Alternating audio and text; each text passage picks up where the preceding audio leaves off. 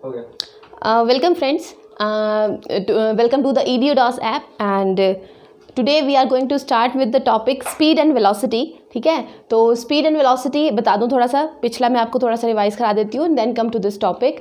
हमने बात करी थी मोशन इन वन डायमेंशन या फिर काइनेमैटिक्स, ठीक है, या फिर हम बात कर रहे थे कि आपका कोई भी अगर बॉडी किसी भी एक डायमेंशन के अलॉन्ग अगर मूव कर रही है तो उसको डिस्क्राइब, मोशन को डिस्क्राइब करने के लिए हमें किस किस वेरिएबल की ज़रूरत पड़ेगी। तो पिछली क्लास में हमने डिस्टेंस और डिस्प्लेसमेंट, दो वेरिएबल्स को हमने डिस्कस किया था। आज की क्लास में हम लोग डिस्कस करेंगे स्पीड एंड वेलोसिटी, ठीक है। इसी के साथ बता दूं, हमने दो चीज़ें और डिस्कस करी थी, scalar quantity and vector quantity, ठीक है। तो स्केलर क्वांटिटी थी वो क्वांटिटी जिसके पास सिर्फ होता है मैग्नीट्यूड जो कि है डिस्टेंस, और वेक्टर क्वांटिटी होती है वो क्वांटिटी जिसका जो है मैग्नीट्यूड के साथ साथ जिसके पास होती है डायरेक्शन जो कि थी डिस्प्लेसमेंट, ठीक है। उनको डिनोट करने का तरीका भी बताया था कि वेक्टर क्वांटिटी को डिनोट करने के लिए हम एक एरो हेड का हमेशा इस्तेमाल करते हैं, ठीक है। सिमिलरली अगर हम स्पीड एंड वेलोसिटी की बात करते हैं तो जितने सारे पॉइंट्स हमने डिस्टेंस डिस्प्लेसमेंट के लिए पढ़े थे, एज इट इज सारे के सारे पॉइंट्स स्पीड और वेलोसिटी के लिए रिपीट होते हैं, ठीक है।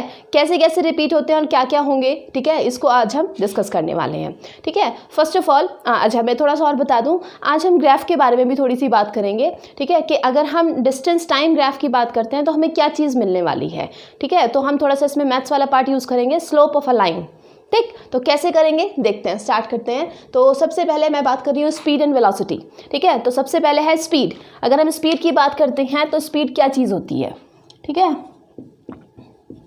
तो इस तरफ मैं आपको बता रही हूँ स्पीड के बारे में, there I will talk about the velocity part, ठीक है। तो व्हाट इज स्पीड? भाई स्पीड बोलने का मतलब क्या होता है, ठीक है।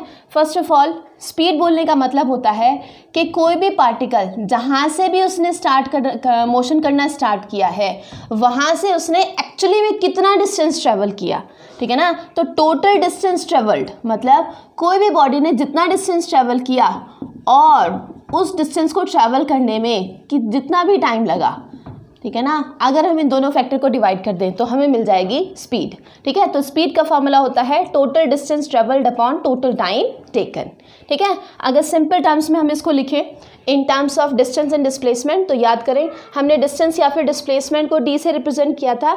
याद रखना डिनोमिनेशन कुछ भी हो सकता है, डी या एस दोनों से कर सकते हैं, क्योंकि मैं आज एक और फैक्टर डिफरेंशियल की बात करूंगी तो मैं डी सिंबल नहीं यूज़ कर रही हूँ डिस्टेंस डिस्प्लेसमेंट के लिए, मैं एस सिंबल यूज़ कर रही हूँ। तो डू नॉट गेट कन्फ्यूज, आप डी से लिखो आप एस से लिखो, एक ही बात है, ठीक है ना। वो अंडरस्टूड होता है कि हम किसकी बात कर रहे हैं, ठीक है। तो स्पीड की अगर हम बात कर रहे हैं तो ये फैक्टर होगा S2 minus S1 upon T2 minus T1, ठीक है। इसमें बता देती हूँ वेयर S1 क्या रिप्रेजेंट करेगा, ठीक है ना। S1 रिप्रेजेंट करेगा इनिशियल पोजीशन, ठीक है। इनिशियल पोजीशन मतलब जहाँ से आपके पार्टिकल ने मोशन करना शुरू किया। S2 क्या रिप्रेजेंट करेगा, आपकी फाइनल पोजीशन मतलब जहाँ तक चल के आपका पार्टिकल पहुँच गया है। T1 क्या रिप्रेजेंट करेगा कि जब पार्टिकल S1 पॉइंट पे था, ठीक है जी, तो वहाँ से उसको मोशन स्टार्ट करने में किस टाइम पे उसने वो मोशन को एग्जैक्टली स्टार्ट किया, ठीक है। तो T1 है आपका initial time. Now comes T2। T2 है आपका फाइनल टाइम। फाइनल टाइम मतलब कि जब वो अपनी डेस्टिनेशन S2 पे पहुंच गया तो वो किस इंस्टेंट के ऊपर पहुंचा, ठीक है ना। भले ही वो कितनी भी देर के बाद पहुंचा, जो T2 है वो रिप्रेजेंट करेगा फाइनल पॉइंट के पोजीशन को, ठीक है जी। तो अगर मैं ग्राफिकली इसी चीज़ को रिप्रेजेंट करूँ तो देखिए कैसे रिप्रेजेंट हम लोग करेंगे। हम क्या करते हैं, ऐसे एक्स और वाई दो एक्सीज हम लोग बनाते हैं, ठीक है जी। ये जो दो एक्सीज हमने बनाई, इससे पहले मैं थोड़ा सा और डिस्कस कर देती हूँ। हमारे पास मोशन को डिस्क्राइब करने के तीन फैक्टर थे जिसमें हमने डिस्क्राइब किया था कि आपका होता है या तो ट्रांसलेटरी मोशन या फिर लीनियर मोशन, या फिर होता है सर्कुलर मोशन या फिर रोटेशनल मोशन, या फिर आपका होता है ऑसिलेटरी मोशन या फिर वाइब्रेटरी मोशन। सिमिलरली आपका पार्टिकल जब चल रहा है, ठीक है ना, तो उसके जो डिस्टेंस या डिस्प्लेसमेंट फैक्टर हैं वो कितनी डायमेंशंस के अलोंग चेंज कर रहे हैं, डिपेंडिंग ऑन दैट भी हम मोशन को तीन टाइप में डिवाइड कर सकते हैं, ठीक है ना। तो तीन तरीके के जो मोशन तब बनेंगे कि डिपेंडिंग के टाइम के साथ उसके कौन कौन से वेरिएबल्स हैं जो कि चेंज कर रहे हैं। Motion can be one dimensional, मैं भी इसका मतलब आपको समझाऊंगी, ठीक है, और फिर मैं इसके बाद ये डिस्कस करूंगी ग्राफ वाला part.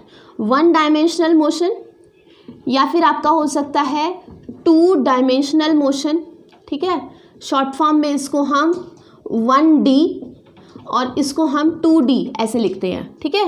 And next comes your 3 dimensional motion, ठीक है जी। तो 3 डायमेंशनल मोशन या फिर जिसको कि हम बोलते हैं 3D।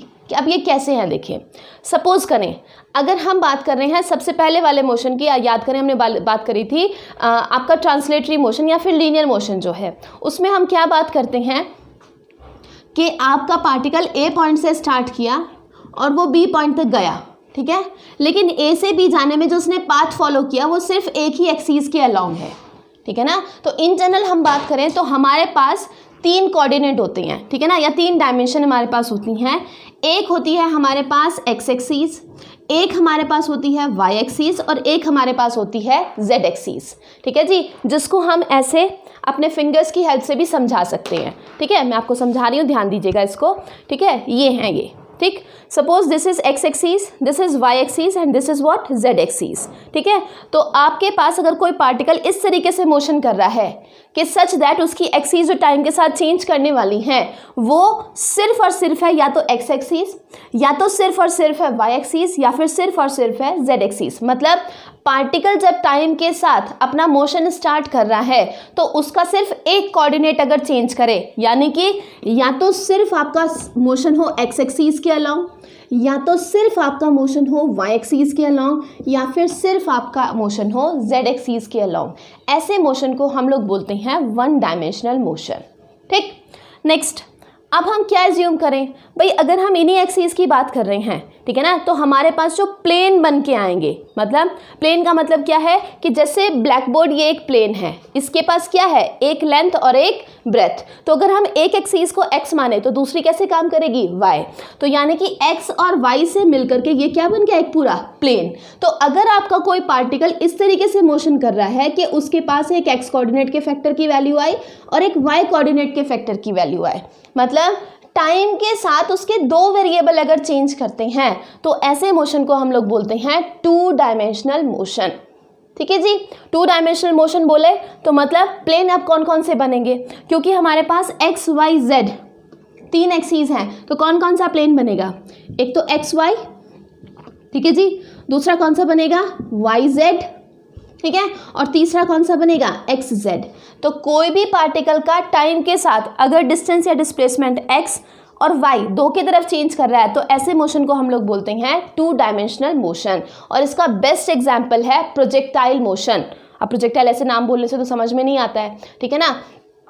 इन जनरल लाइफ में अगर हम बोलूँ, हमारे पास एक पत्थर है, ठीक है ना, तो बचपन में सबने, बचपन में क्या, आप लोग तो छोटे ही हैं, ठीक है ना, तो आप लोगों ने क्या किया होगा, फल तो तोड़े ही होंगे, तो पत्थर उठा के जो आप वो ऐसे फल पे मारते हो, कोई भी फ्रूट तोड़ने के लिए, आम तोड़ने के लिए जो वो पत्थर मारते हो, तो वो जो मोशन आपका होता है दैट इज़ 2 डायमेंशनल मोशन। कैसे होता है देख लें उसको। ऐसे ही आपके पास एक्स और वाई एक्सिस होती हैं, आप पत्थर जो होता है, ठीक है ना, उसको आप क्या करते हो, हॉरिजॉन्टल से एक एंगल के ऊपर एक वेलोसिटी देकर के फेंक देते हो, ऐसे ये एंगल बना के, ठीक है। तो देखें ये जो हमने पोजीशन बनाई ऐसे करके, ये देखें हॉरिजॉन्टल से किसी एक एंगल पर है, तो हॉरिजॉन्टल से किसी एक एंगल पर वेलोसिटी के साथ अगर हम किसी पार्टिकल को फेंकते हैं तो वो कुछ इस तरीके का पाथ है जिसको वो ट्रैवल करेगा, ठीक है। तो कोई भी पार्टिकल अगर टाइम के साथ इस तरीके का पाथ फॉलो करता है, ठीक है, जिसको हम बोलते हैं पैराबोलिक पाथ, तो ऐसे मोशन को हम लोग बोलते हैं 2 डायमेंशनल, जो कि 2 प्लेन के अंदर होता है, एक्स वाई, वाई जेड या फिर एक्स जेड। और इसका एग्जाम्पल है, जैसा कि मैंने अभी आपको बताया, प्रोजेक्टाइल मोशन, ठीक है, या फिर किसी भी एक फल को तोड़ने के लिए जो हम पत्थर फेंक रहे हैं वो जो मोशन है वो है आपका प्रोजेक्टाइल मोशन। या इसको लाइव एग्जांपल में आप याद रखिए, क्योंकि आप एनडीए एक्सपीरियंस हैं, ठीक है ना, आप आर्मी नेवी या एयरफोर्स के लिए आप लोग ट्राई कर रहे हैं, तो आपका जो बॉम्ब, जो टैंक से बॉम्ब आपका फेंका जाता है, मैं यहाँ पे एक बना रही हूँ, ठीक है, उसको समझने की कोशिश कीजिएगा। Supposedly this is a tank, तो आपने देखा होगा दिस इज़ द, ये आपका होता है जो तोप के ऊपर, जो टैंक के ऊपर जो नली होती है वो, और यहाँ से जो भी आपकी शेलिंग्स होती हैं उनको देखें हॉरिजॉन्टल से एक एंगल के ऊपर यहाँ शेल्स को फेंका जाता है। तो ये जो शेल जो ये पाथ फॉलो करती है, ये जो पाथ होता है this is same and nothing else but projectile motion. ठीक है, तो शेलिंग्स जो होती हैं, जो आपके बम एक कंट्री से दूसरी कंट्री में गिराए जाते हैं, क्रॉस बॉर्डर फायरिंग जो होती है, वो जो आपका मोशन होता है that is again a projectile motion. ठीक है, now next comes what is 3 dimensional motion.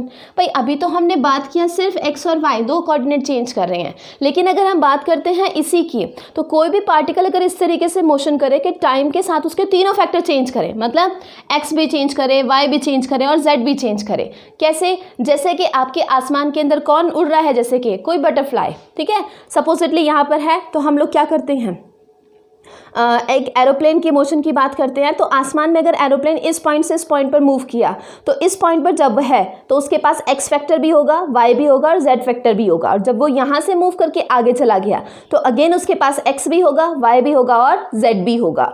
तो अगर टाइम के साथ किसी भी एक ऑब्जेक्ट का तीनों फैक्टर चेंज करता है, मतलब एक्स भी, वाई भी और जेड भी, तीनों कोऑर्डिनेट अगर चेंज करते हैं एक्स, वाई और जेड, तो ऐसे मोशन को हम लोग बोलते हैं 3 डायमेंशनल मोशन। और ये जो मोशन है हमारा, ये हमारे सिलेबस के अंदर नहीं है, हमारे सिलेबस के अंदर सिर्फ है 1 डायमेंशनल और 2 डायमेंशनल।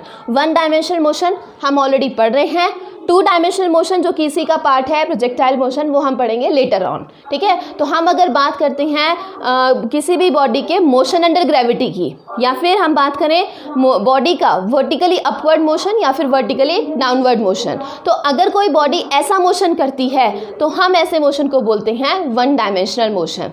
2 डायमेंशनल मैंने आपको बता दिया प्रोजेक्टाइल मोशन है, और ये दोनों आपके पार्ट हैं काइनेमैटिक्स के। ठीक है, तो अब हम जो यहाँ पर बात कर रहे हैं वो हम बात कर रहे हैं कि अगर आपकी ये जो स्पीड या वेलोसिटी है, हम उसको बताना चाहें एक डिस्टेंस टाइम ग्राफ के थ्रू, तो हम उसको कैसे एक्सप्लेन करेंगे। ठीक है, तो मैं यहाँ पर इसको एक्सप्लेन कर रही हूँ आपको कैसे हम लोग बताएंगे। ठीक है, तो अगेन यहाँ पर जो है फिर से 2 टर्म हमारे पास आएंगी, एक टर्म आएगी यूनिफॉर्म और एक टर्म आएगी नॉन यूनिफॉर्म। ठीक है, तो मैं दोनों को एक्सप्लेन कर रही हूँ, ध्यान दीजिएगा।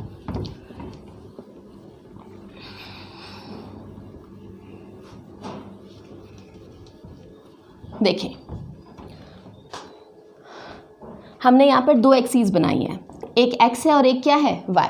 ठीक है, और इसके अंदर हमने क्या किया, एक कोई ग्राफ रिप्रेजेंट कर दिया। ठीक है, सच दैट उस ग्राफ के लिए या बॉडी के मोशन को समझाने के लिए हमने क्या किया, सिंपल अगर टर्म्स में मैं बोलूँ, एक आपकी ट्रेन है।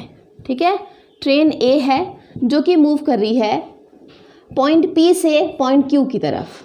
ठीक है, तो ये जो P से Q की तरफ उसका मोशन हो रहा है, ठीक है ना, एक एक्सिस के अलोंग हो रहा है। ठीक है ना, और वो क्या कर रही है, अगर यहाँ से जो उसका शुरू करने वाला टाइम है वो है 0 सेकेंड, और यहाँ फाइनली पहुँचने वाला जो टाइम है वो है उसका 5 सेकेंड। ठीक है, तो हम क्या नोटिस करेंगे कि जैसे जैसे आपका टाइम बढ़ेगा, मतलब टाइम जैसे जैसे 0 से 1, 2, 3, 4 या फिर 5 सेकेंड होगा, तो वैसे वैसे जो पार्टिकल है उसका जो डिस्टेंस है जिसमें वो चल रही है इस टाइम के अंदर, वो धीरे धीरे क्या करेगा, इंक्रीज करेगा।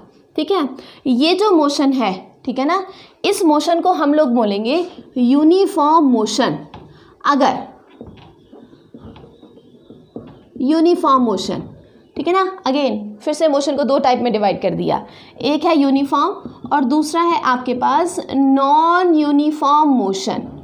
ठीक है, तो यूनिफॉर्म मोशन बोलने का मतलब होता है कि अगर कोई बॉडी इक्वल इंटरवल के अंदर, किसके अंदर भाई, इक्वल इंटरवल के अंदर अगर वो ट्रैवल करती है इक्वल डिस्टेंस, ठीक है, और स्ट्रेट लाइन मोशन है तो हम लोग डिस्टेंस बोले या हम बोले displacement, one and the same thing. ठीक, तो अगर कोई बॉडी इक्वल इंटरवल के अंदर या इक्वल टाइम के अंदर इक्वल डिस्टेंस या इक्वल डिस्प्लेसमेंट को ट्रैवल करती है, ऐसे मोशन को हम लोग बोलते हैं यूनिफॉर्म मोशन। और अगर कोई बॉडी इक्वल इंटरवल के अंदर ही, ठीक है, अनइक्वल, ठीक है जी, मतलब जो कि इक्वल नहीं है, नॉट इक्वल, ऐसा डिस्टेंस ट्रैवल करती है। ठीक है, मैं दोनों का डायग्राम आपको बना के बताऊंगी, आप समझिएगा उसको। सपोजिटली हमारे पास ये जो डिस्टेंस टाइम ग्राफ है, हम उसमें इस तरीके से एक लाइन ड्रॉ करते हैं, तो हम इसमें क्या नोटिस करेंगे कि इस वाले पॉइंट के लिए, जो कि हमारा इनिशियल पॉइंट है, ग्राफ ऐसे बना है, ठीक है ना, तो this is the initial point, तो ये जो पॉइंट है इसके लिए ये वाले एक्सीस भी ज़ीरो है और ये वाले एक्सीस भी क्या है, ज़ीरो। मतलब जब पार्टिकल ने मोशन स्टार्ट किया तो 0 सेकेंड पे स्टार्ट किया और उस इंस्टेंट पर उसका डिस्टेंस भी क्या था, ज़ीरो। लेकिन अब जैसे जैसे टाइम बढ़ेगा, ये देखिए 1 सेकेंड, 2 सेकेंड, 3 सेकेंड, जैसे जैसे टाइम बढ़ा ये जो आपका डिस्टेंस बढ़ रहा है इसकी वैल्यू भी धीरे धीरे क्या होगी, बढ़ेगी। अगर ये जो बढ़ने वाली वैल्यू है वो है सपोजिटली इस तरीके से 5, 10, 15, ठीक है, और ये जो डिस्टेंस है ये मीटर में है, टाइम जो है वो सेकंड में है। तो रेगुलर इंटरवल या इक्वल इंटरवल बोलने का मतलब क्या होता है, ठीक है, रेगुलर भी वर्ड हम इसमें यूज़ करते हैं और इक्वल भी हम इसमें वर्ड यूज़ करते हैं। तो रेगुलर इंटरवल बोलने का मतलब है कि अगर इन दो पॉइंट्स के बीच में देखें तो 1 सेकेंड, अगेन इन दो पॉइंट के बीच में देखें तो 2 - 1 अगेन 1 सेकेंड, 3 - 2 अगेन कितना, 1 सेकेंड। तो रेस्पेक्टिव 1 सेकेंड के अंदर जो आपका पार्टिकल ये डिस्टेंस चल रहा है वो भी देखें आप कितना है। जब इसने 1 सेकेंड टाइम लिया तो इसने डिस्टेंस चला 5 मीटर, ठीक है। जब इसने नेक्स्ट 1 सेकेंड टाइम लिया तो इसने नेक्स्ट 1 सेकेंड के लिए जो डिस्टेंस ट्रेवल किया वो किया 10 - 5 मतलब अगेन 5 सेकेंड। मतलब हर एक रेस्पेक्टिव सेकेंड के साथ जो डिस्टेंस ट्रेवल हो रहा है वो 5 मीटर के फैक्टर से क्या करते जा रहा है, इंक्रीज। तो आपके टाइम के बढ़ने के साथ अगर डिस्टेंस भी रेगुलर इंटरवल में बढ़ता है, अब वो रेगुलर इंटरवल 5 भी हो सकता है, 2 भी हो सकता है, 7 भी हो सकता है, मतलब ज़रूरी नहीं है यहाँ पे 5, 10, 15 ही हो, ठीक है ना। यहाँ पे 2, 4, 6 भी हो सकता है। थिंग इज कि इनका इंटरवल आपस में क्या रहना चाहिए, इक्वल। मतलब 2 - 0 2, 4 - 2 2, 6 - 4 2, 2 इंटरवल के साथ अगर वैल्यू बढ़ती है तो अगर रेगुलर इंटरवल के साथ डिस्टेंस या डिस्प्लेसमेंट भी रेगुलर वैल्यू के साथ इंक्रीज करता है तो ऐसे मोशन को हम लोग बोलते हैं यूनिफॉर्म मोशन। लेकिन इसी के बजाय जो ग्राफ है अगर वो हो जाए कुछ ऐसा कि आपके पास इस तरफ जो डिस्टेंस है जो कि मीटर्स के अंदर है और इस तरफ जो टाइम है आपके पास जिसको कि हम सेकंड्स के अंदर रिप्रेजेंट कर रहे हैं, यहाँ से चेंज करें और ये एक ग्राफ बन जाए, ठीक है ना। ग्राफ तो बने हुए कुछ भी बन सकता है। तो अगर ये आपका ग्राफ बन जाएगा तो आप इसमें नोटिस करें, देखें ये मैंने रेगुलर इंटरवल बना दिए हैं, ये है 0 0 पॉइंट, मतलब इस पॉइंट के लिए डिस्टेंस भी 0 है और टाइम भी क्या है, 0, ठीक है, दोनों चीज़ें 0 हैं। मतलब पार्टिकल ने 0 सेकेंड पे मोशन स्टार्ट किया। लेकिन हम क्या नोटिस करेंगे यहाँ पे, ये देखें, ये मैं लाइंस यहाँ पे प्लॉट कर रही हूँ, ठीक है। आप वेरिएबिलिटी देखें कितनी वेरिएबिलिटी है, देखें यहाँ जो डिफरेंस है वो यहाँ वाला डिफरेंस और बड़ा हो गया, ऊपर वाला डिफरेंस और बड़ा हो गया और ऊपर वाला डिफरेंस और ज़्यादा बड़ा हो गया। मतलब रेस्पेक्टिव अगर हम 1, 2, 3, 4 सेकेंड ही लें तो डिस्टेंस की जो वैल्यू बढ़ रही है वो रेगुलर इंटरवल से नहीं बढ़ रही है, ठीक है ना। मतलब कि इधर की तरफ जो वैल्यू है, सपोजिटली मैंने ऐसे ही बोल दिया है इसको, ठीक है ना, यहाँ से 0 से अगर वैल्यू 3 हुई तो ये वैल्यू हो गई 5, फिर ये वैल्यू हो गई आपकी 10 और फिर ये वैल्यू हो गई आपकी 17। थिंग इज़ वॉट कि यहाँ 1 सेकेंड के लिए जो डिफरेंस है वो है 3, यहाँ 1 सेकेंड के लिए जो डिफरेंस है वो है 2, यहाँ 1 सेकेंड के लिए जो डिफरेंस है वो है 5 और यहाँ 1 सेकेंड के लिए जो डिफरेंस है वो है 7। तो थिंग इज़ कि इंटरवल तो रेगुलर ही है, 1 सेकेंड के ही है, लेकिन जो डिस्टेंस आपका इंक्रीज कर रहा है वो अनइक्वल इंटरवल से अगर इंक्रीज करता है तो ऐसे मोशन को हम लोग बोलते हैं नॉन यूनिफॉर्म मोशन। तो आपकी जो स्पीड डिस्क्राइब होती है वो दोनों ही मोशन के लिए होती है, यूनिफॉर्म के लिए भी और नॉन यूनिफॉर्म के लिए भी। लेकिन अगर ग्राफ ऐसा होगा तब जो हमें स्पीड मिलेगी उसको हम लोग नाम देंगे यूनिफॉर्म स्पीड, ठीक है जी, इसको हम लोग नाम देंगे यूनिफॉर्म स्पीड। और इस केस के लिए जो हमें स्पीड मिलेगी उसको हम लोग नाम देंगे, क्योंकि नॉन यूनिफॉर्म मोशन है तो स्पीड टाइम ग्राफ जो है वो हमें जो वैल्यू देगा वो हमें देगा नॉन यूनिफॉर्म स्पीड। अब हम ऐसा क्यों कह रहे हैं कि आपका जो डिस्टेंस टाइम ग्राफ है वो आपको स्पीड की वैल्यू देगा, ठीक है। तो फर्स्ट ऑफ ऑल मैं फिर से रिपीट कर देती हूँ, यूनिफॉर्म मोशन का मतलब है अगर रेगुलर इंटरवल के अंदर डिस्टेंस की भी रेगुलर वैल्यू इंक्रीज करती है तो ऐसा मोशन होगा यूनिफॉर्म। इस मोशन के लिए जो हम स्पीड कैलकुलेट करेंगे उसको हम लोग बोलेंगे यूनिफॉर्म स्पीड। लेकिन अगर कोई ऐसा मोशन है जिसमें रेगुलर इंटरवल के अंदर, मतलब 1 सेकेंड के इंटरवल के अंदर जो डिस्टेंस की वैल्यू इंक्रीज कर रही है वो इक्वल वैल्यू से इंक्रीज नहीं कर रही है, अनइक्वल वैल्यू से वैल्यू इंक्रीज कर रही है, तो ऐसे मोशन को हम लोग बोलेंगे नॉन यूनिफॉर्म मोशन। ठीक है जी। और ऐसे मोशन के लिए जो हम स्पीड कैलकुलेट करेंगे that will B non uniform speed. ठीक है, फॉर्मूले दोनों के लिए सेम होंगे, जो कि होगा total distance travelled upon total time taken and formula will remain same. लेकिन डिफरेंस क्या रहेगा, डेफिनेशन में क्या रहेगा। यूनिफॉर्म स्पीड के लिए हम लोग बोलेंगे कि if a body travels, if the total distance travelled by a body in equal interval of time is equal, then the speed which we get by division of both the quantities is called uniform. But if the distance traveled is unequal in equal interval of time, then the speed which we will get will be by the division of these two factors will be non-uniform speed. ठीक है जी। तो आपके पास ये जो दोनों value आई हैं, ठीक है, ये ग्राफिकली अब डिस्टेंस टाइम ग्राफ किस तरीके से स्पीड की वैल्यू दे रहा है मैं इसको डिस्कस कर रही हूँ। पहले तो मैंने क्या डिस्कस किया कि 1D 2D और 3D मोशन क्या होता है, फिर मैंने आपके साथ डिस्कस किया कि यूनिफॉर्म और नॉन यूनिफॉर्म मोशन क्या होता है, फिर मैंने आपको बताया कि जिस स्पीड हम लोग बोल रहे हैं total distance travelled upon total time taken, उसको हम यूनिफॉर्म और नॉन यूनिफॉर्म किस तरीके से डिस्क्राइब कर सकते हैं। ठीक है जी।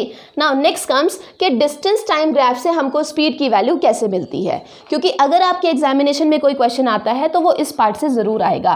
ठीक है, फिलहाल करंट सिनेरियो में जो ग्राफ्स हैं वो बहुत ज़्यादा इंपॉर्टेंट हैं, तो आपको जहाँ से भी ग्राफ्स मिलते हैं या जो भी मिलता है आप उसको पढ़ें और start with the straight line graphs. ठीक है, ऐसे कर्व वाले ग्राफ पे ना जा करके आप स्ट्रेट लाइन ग्राफ के साथ स्टार्ट करें तो आपको ज़्यादा फ़ायदा मिलेगा। ठीक है ना, क्योंकि वो समझ में आएगा और एक बार कंसेप्ट क्लियर हो जाएगा तो आप कोई भी न्यूमेरिकल आसानी से कर सकते हैं। ठीक है जी। अब देखें स्पीड डिस्टेंस टाइम ग्राफ जो है वो स्पीड की वैल्यू आपको कैसे देता है। देखिए भाई, ये बनाया हमने एक टाइम सेकंड के अंदर और डिस्टेंस जो है आपका वो है मीटर के अंदर, ये ग्राफ बनाया और ये हमने एक लाइन प्लॉट कर दी कि भाई ये ग्राफ है। ठीक है जी।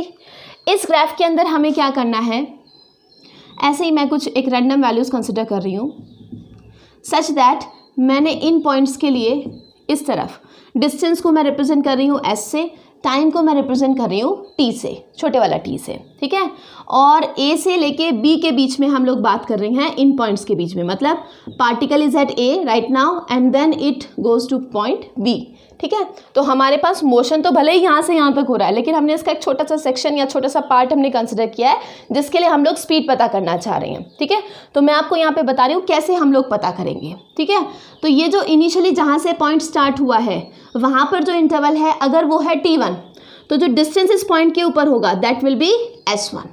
मैंने बोला था आपको कि t1 टाइम वो वाला टाइम है जब आपका जो पोजीशन है वो कौन सी है, इनिशियल s1 है। t2 टाइम वो है जब आप फाइनल पॉइंट पर पहुंच गए हो।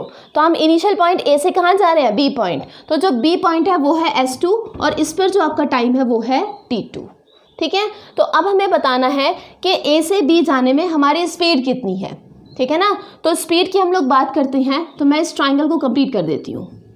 ठीक है जी, ए बी ये वाला लाइन है और ये है सी पॉइंट सच दैट इस लाइन के ऊपर ये जो मैंने डाला ये है एक परपेंडिकुलर, तो ये जो एंगल बनेगा that will be a 90 degree angle. ठीक है ना, तो मैं यहाँ पर लिख रही हूँ फ्रॉम राइट एंगल्ड ट्राइंगल, कौन सा, ए सी बी, क्योंकि सी कौन सा एंगल है इसमें, 90 डिग्री। अगर हम इसके लिए बात कर रहे हैं और इस लाइन का जो एंगल है हॉरिजॉन्टल के साथ मैं मान रही हूँ वो कितना है, थीटा। कितना है भाई, थीटा।